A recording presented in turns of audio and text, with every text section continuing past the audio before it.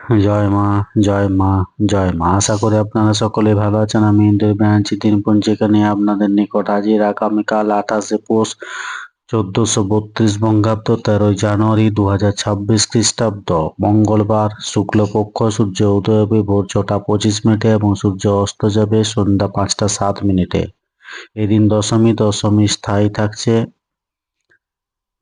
বিকেল 4টা 15 মিনিট পর্যন্ত।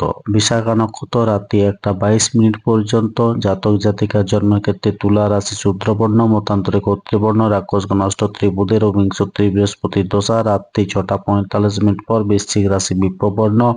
রাত্রি 1টা 22 মিনিট পর দেবগণ অষ্টত্রী ও বিংশত্রী শনির দশা। মৃত্যুর ক্ষেত্রে দ্বিপাদ দোষ। রাত্রি 1টা 22 মিনিট পর একপাদ দোষ।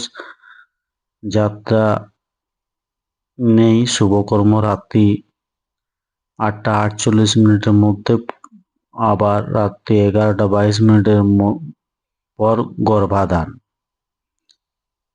জামশেদপুর কালীবাড়ি আশ্রমে সাধক প্রভা শ্রীমৎ যুগ বশিষ্ঠ দেবের শুভ আবির্ভাব দিবস। এই দিন বাঁকুড়া জেলার বিভিন্ন গ্রামে সারা পৌষ মাস ব্যাপী